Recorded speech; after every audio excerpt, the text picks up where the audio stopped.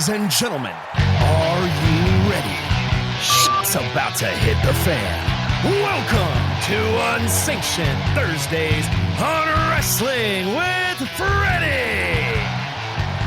The first ever, Jeff, WWE premium live event of the ESPN era, WrestlePalooza. Kind of a pain in the ass to order, kind of a pain in the ass to get the account up and going. Guys didn't make it easy. No one was happy. I didn't like it. It was much easier to get the AEW pay-per-view. So yeah, I'm gonna bitch about that for a second. Make that shit easier. That was super frustrating. I hated it. I almost missed a damn show because of it. I put this one on my iPad to start because they started the show, Jeff, at the same time as the main event on AEW. And if you tuned in to WWE and tuned out of AEW because you didn't have the ability to watch on two screens, you all fucked up because you missed the end of a sick match and you had to watch Cena versus Lesnar in another squash match like the Saudi Arabia one with 800 finishers that didn't mean anything to anybody. I wasn't a fan of the match.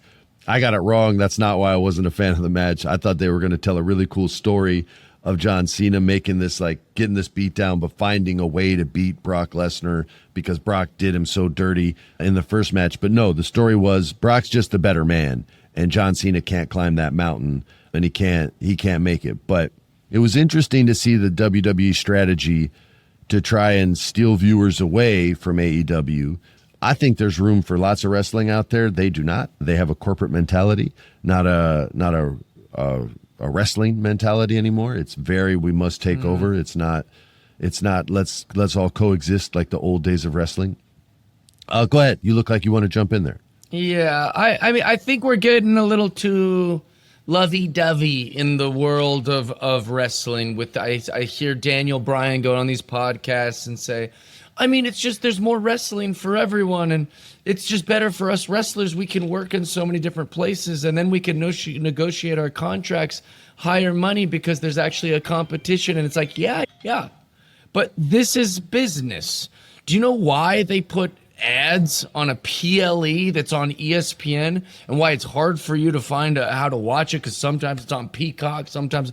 Let's not forget that wrestling is a giant corporation. They're always going to be against each other. The reason Monday Night Wars was so good is because they were warring.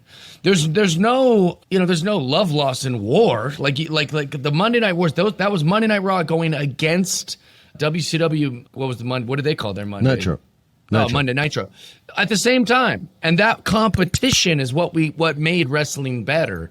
So, it's like that's just kind of how it works. It's good for us, but I imagine Triple H and Tony Khan and Nick Khan, they see this as like, we're going to slit the other company's throats. And so then whoever's losing, everybody feels bad for. But like nobody felt bad for WWE when AEW was all the rage. Like when everyone was going, AEW's so good, it's so much better than SmackDown, it's so much better than Raw. Nobody felt bad for WWE. I don't feel bad for AEW. I say step it up, baby. Give us more. I hear what you're saying, and I think you're definitely right on the WWE philosophy and how they're approaching this. But I also see where Daniel's coming from because he's looking at it more from the old school territory mentality before Vince McMahon tried to take over everything and run it. And there was room for everyone. And you could go from territory to territory and you could negotiate contract to contract what you would get. And I think he's such an old school guy and such a historian of the game that he longs for that. He yearns for that.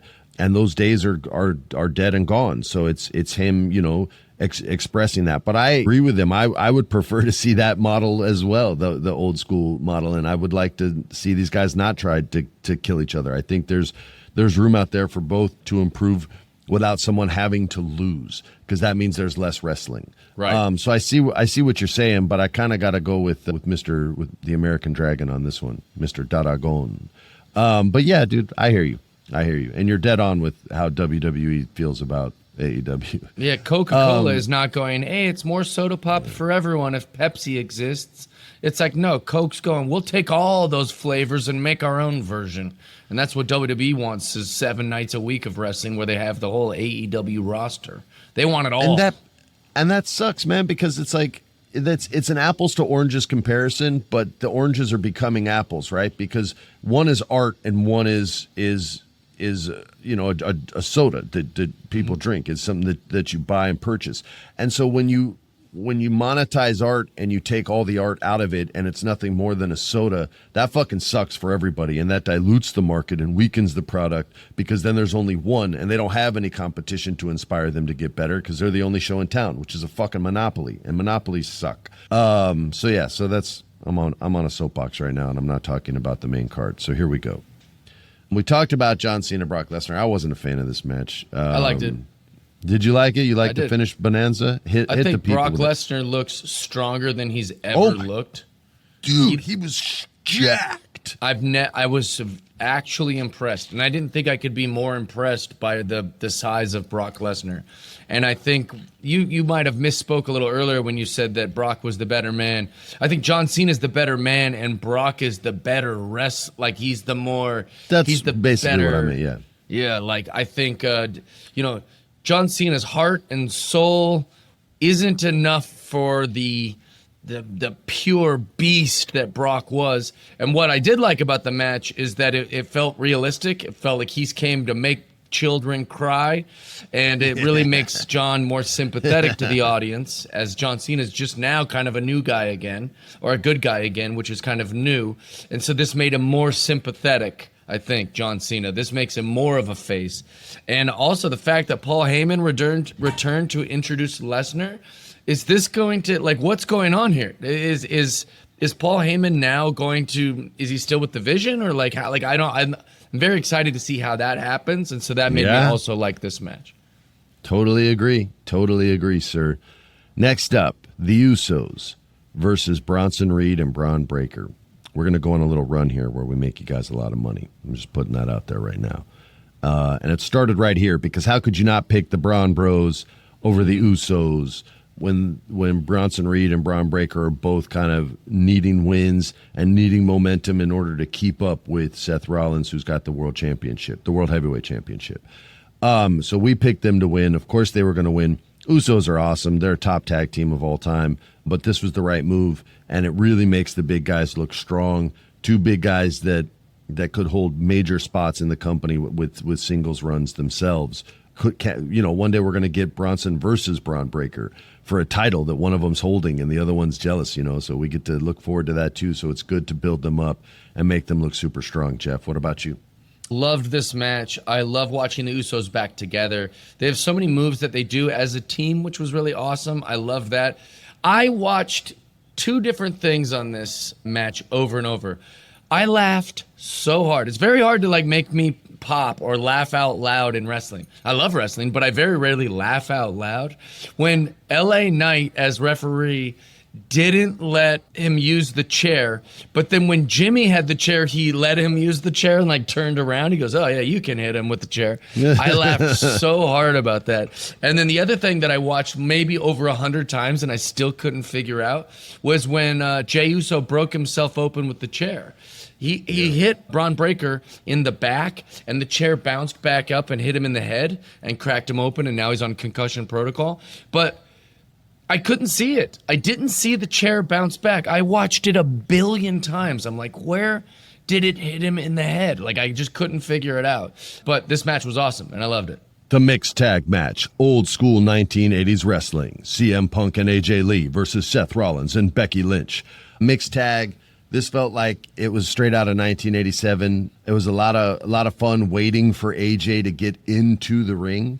the constant selling and CM Punk getting beat down, and then she finally gets in there. So the crowd was hyped for that. Couple really cool spots. People getting effed up on the outside. It's Thursday. I can say fucked up. People getting, we'll compromise. People getting screwed up and getting beat down outside. And then we got a double submission in the ring. And AJ Lee gets Becky to tap, which can then lead to a singles fight where it's like, hey, I made you tap, girl, and now I'm going to make you tap and get that belt off your waist. And my man's going to take the belt off your man's waist, and the Vision ain't going to be shit. It's going to be the wishing. So, yeah, so this was the match. The right guys won.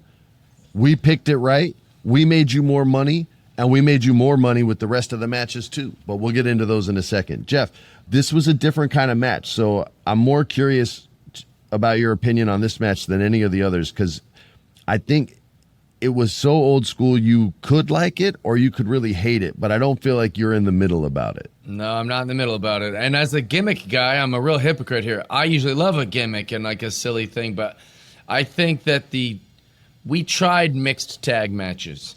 They're clunky. They don't work. It's confusing because you're like, these women are just like the boys, but the boys can't touch the women. What are we doing? Like, I don't understand.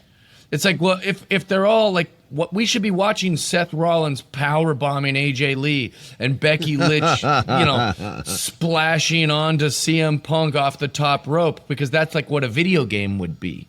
So like a mixed tag match, and because this isn't real fighting, it would make total sense to choreograph moves that they could do to each other. But if the girl's just going to hit the girl and the boy's just going to hit the boy, then we don't need mixed tag matches. They don't work. It makes no sense. I think we've evolved past mixed tag matches, and this was great evidence of it. I thought this match was dog shit, and I like all four people. This isn't a criticism of them. I just think a mixed tag match it doesn't work. I tried to like it, and it was just bad. That being said, all those negative things I just said, I would like to compliment all four of these wrestlers on how great they are, including AJ Lee. AJ Lee seemed to have no ring rust at all. She looked like she didn't miss a day of wrestling, and I don't think she's had a match for 10 years. So to watch her go in there and be just as smooth as everyone else, it was very impressive.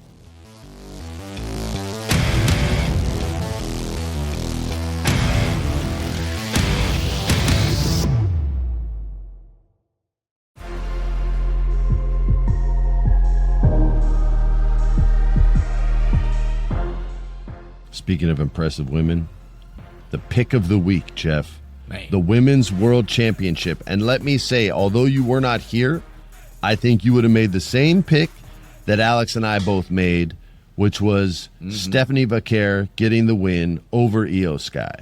We both picked this. I picked it because of business reasons. WWE's pushing really hard to get into the Latino market and get all that money for their corporate bonuses to get paid out. That's why they are buying all these luchadors and luchador companies. And all of a sudden they have a Latino who's really worked hard on her English, and it's getting better on a weekly, if not monthly basis. They believe in her, and they think that'll make more Latinos watch, and they're probably right. And so they gave her the championship. And that's why I picked her to win. That said, Stephanie Vaquer's awesome. Like, she's awesome. Her wrestling's awesome. Her look is awesome. That finish was sicker than Iyo Sky's finish. Like, that's what's crazy. Like, Iyo Sky does the blind moonsault where she never looks back from the moment she climbs the turnbuckle. She never looks back to see where you are. She just does it and hits it perfect every time. Vaquer's like, anything you can do, I can do better. And did like a 450 twisting reverse fucking gymnastic move. And I'm sitting there like, yo, whoa, what? Oh, she's going to hurt her. Nope, she landed perfect. Oh my God, she's the champion.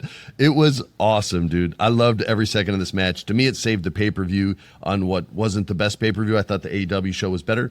But this was the match. This was the match. I thought it was awesome. Iyo Sky's a stud in there. She's always going to be a stud. Good guy or bad guy. But it was great to see Stephanie Vaquer do her thing like that, wasn't it?